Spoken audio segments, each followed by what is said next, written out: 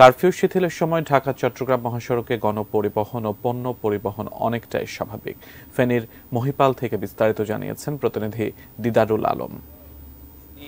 সকাল ৯টা থেকে সন্ধ্যা ৬টা পর্যন্ত কারফিউ শিথিল করা হয়েছে এবং যে কারণে আমরা এই মুহূর্তে রয়েছি ঢাকা চট্টগ্রাম মহাসড়কের ফেনীর মহিপাল অংশে। এবং আমরা যদি একটু দেখানোর চেষ্টা করি যে আসলে মহাসড়কের ফেনীর যে অংশ, এখানে আসলে আমরা দেখছি যে ঢাকা থেকে ছেড়ে আসা গণপরিবহনগুলো কিন্তু নির্বিঘ্নে চলছে এবং ঢাকা এবং চট্টগ্রাম থেকে যে সকল পণ্য পরিবহনের ট্রাক কাভার্ড ভ্যানগুলো রয়েছে সেগুলোও কিন্তু আসলে নির্বিঘ্নে চলছে। এবং অন্য সময়ের তুলনায় যদি গত ৪-৫ দিনের হিসেব করি সেক্ষেত্রে সে তুলনায় কিন্তু আজকে অনেক বেশি গণপরিবহন এবং পণ্য পরিবহনের ট্রাকগুলো কিন্তু আসলে চলছে। এর বাইরে আমাদের ফেনী থেকে যে সকল পরিবহনগুলো বিভিন্ন ডিস্ট্রিক্টে ছেড়ে যায় সেগুলো কিন্তু আসলে ছেড়ে যাচ্ছে এবং আমরা প্রতিটি বাস স্ট্যান্ডে লক্ষ্য করেছি যে সবগুলোতেই কিন্তু আসলে যাত্রীদের একটা উপচে পড়া ভিড় রয়েছে। এবং অনেক যাত্রী বলছেন যে আসলে তারা গত ৪-৫ দিন ধরে আসলে শহরে আটকা পড়েছিলেন এবং তারা কিন্তু এখন যে পরিবহন খুলেছে সেই পরিবহন খোলার কারণে কিন্তু তারা আসলে যেতে পারছেন, সেজন্য কিন্তু তারা এক প্রকার স্বস্তি প্রকাশ করেছেন। আমরা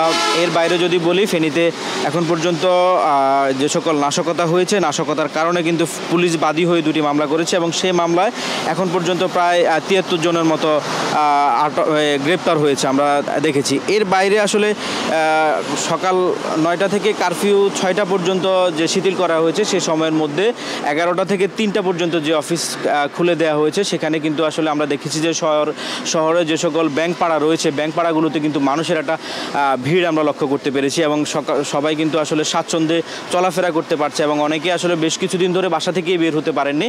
কিন্তু এই যে কারফিউ যে শিথিলের যে বিষয়টি, সে কারণে কিন্তু অনেকেই বাসা থেকে বের হতে পেরেছেন এবং সবাই কিন্তু আসলে এক প্রকার স্বস্তি বোধ করছেন আমরা যেটি দেখেছি। যে এই ছিল আমার কাছে ফেনী থেকে সর্বশেষ।